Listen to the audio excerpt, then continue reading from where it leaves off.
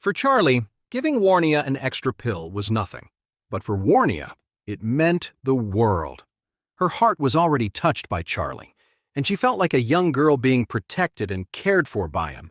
Lost in her thoughts, she watched as Charlie walked over to Solomon White and took out a pill. "Mr. White, this one is for you." Solomon trembled and immediately knelt on the ground, just like the others, waiting respectfully. Charlie placed the medicine in his hand, and Solomon blurted out, "Thank you, Mr. Wade, for this medicine. From now on, I, Solomon White, will follow your every command." Seeing Solomon kneeling so devoutly, Charlie said calmly, "Mr. White, your son and your nephew both angered me in the past. For you weren't a decent man, they probably wouldn't be in this world anymore." Solomon's heart sank. He quickly bowed his head and said, "Thank you, Mr. Wade, for your mercy." Charlie grunted and said, "Tell the young people in your family they need to learn to keep their heads down and behave." Solomon nodded quickly. "Mr. Wade, don't you worry. I will be sure to warn them." "Good," Charlie said lightly. "Take the medicine. It might just save your life one day." Once Solomon had the magic medicine, his face flushed with excitement.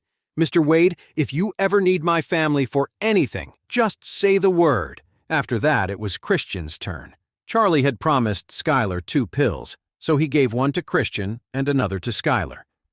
The father and daughter knelt on the ground together, their expressions full of reverence.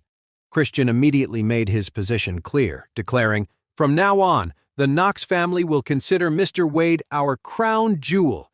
Charlie smiled slightly and nodded, satisfied.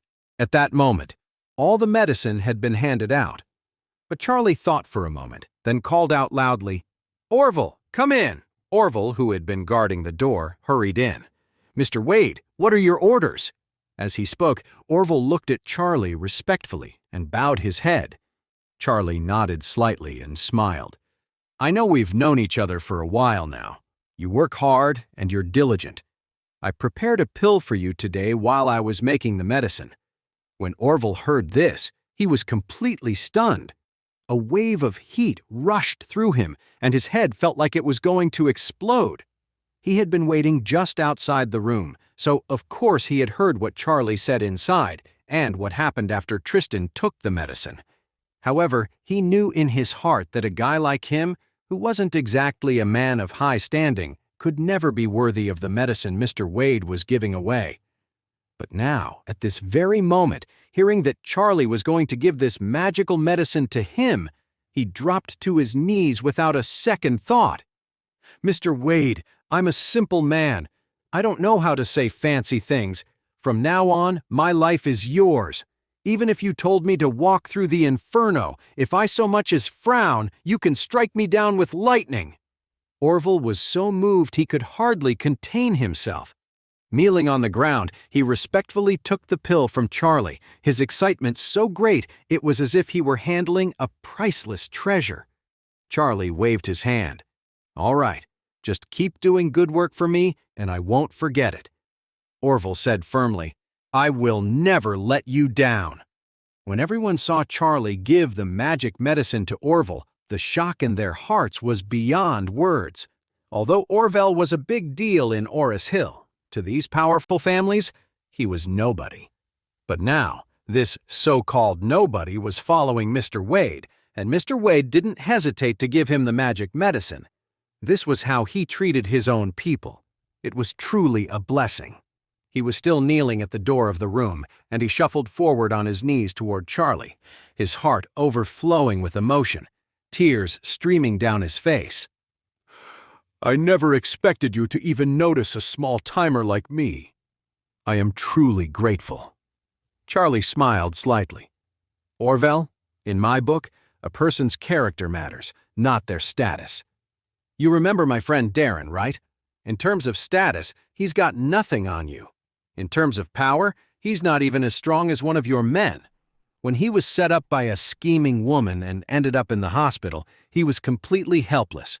But why did I still help him, save him, and protect him? Because he's my friend. And I don't care how insignificant he might seem to others. I don't abandon my friends." Orville's heart trembled, and he was moved to tears again. He bowed his head, his voice choked with emotion. "Master Wade, I will be there for you, no matter what." Charlie handed the medicine to him. "If you're going to follow me, you need to understand something. With the power I have, I don't need you to give up your life for me. As long as you are loyal and do your job well, I will protect you for the rest of your life." And what Charlie said was the absolute truth. In terms of wealth, he had tens of billions in cash and companies worth hundreds of billions, an inexhaustible fortune. In terms of power, he possessed mystic knowledge, making his abilities extraordinary. So as long as Orville followed him faithfully, Charlie would certainly take care of him. Charlie's words solidified the admiration and respect everyone in the room had for him. Deep in their hearts, they all made the decision to follow Charlie, no matter what. At that moment, Solomon took out a sleek, smart bracelet key. "Mr. Wade," he said, "this is the smart bracelet key for a custom Koenigsegg Agera sports car. I had it specially ordered from the Orris Hill International Auto Show. The show officially opens tomorrow, and you can pick up the car then." Before Charlie could say anything, Christian pulled out a smart bracelet key of his own. "What a coincidence, Mr. Wade. I also ordered a sports car for you at the auto show. I got you an Ardent Motors, the limited edition 177. Both gifts cost about $40 million. It was a surprise that they both had the same idea." Solomon shot Christian an annoyed look and blurted out, "Knox, what are you doing? Giving Mr. Wade a sports car just like me? Are you deliberately copying me?" Christian replied confidently, "Why would I copy you? I just believe Mr. Wade deserves to drive the very best sports car, so I specifically ordered that Ardent Motors." Tristan Finch, who was standing nearby, saw them offering one gift after another. He quickly pulled a cedar gift box from his pocket. He opened it to reveal a shiny, colorful, Tiffany-stained glass goblet inside. He said to Charlie, "Mr. Wade, this Tiffany-stained glass goblet is from the ancient era. It's one of the most treasured antiques in my collection. I want you to have it today. I hope you like it." Seeing the three of them give such generous gifts, Waria, who had received 2 magical medicines, knew she couldn't be outdone. She quickly turned, wrote out a check, and then presented it to Charlie with both hands. "Mr. Wade, this is a check for $100 million. It's just a small token of my appreciation. Please, accept it." Charlie was surprised that they had all decided to give him gifts, and such expensive ones at that. Both sports cars were in the $40 million range. The Tiffany-stained glass goblets from the ancient era were worth at least $50 to $60 million, and Waria had given him a check for a straight $100 million. Honestly, none of this really meant much to Charlie. First, the sports cars were too flashy, and he wasn't a fan. Second, antiques were too much of a hassle, and he didn't care for them. As for money, that was the last thing he needed. However, seeing the 4 of them looking at him so eagerly, waiting for him to accept their gifts of loyalty, Charlie thought for a moment. He decided not to refuse. "Okay," he said, "I'll accept these things. You've made your intentions clear. Since they wanted to pledge their loyalty and become his allies, accepting their offerings was the right move." When everyone saw that he had accepted their gifts, they all let out a sigh of relief and smiled.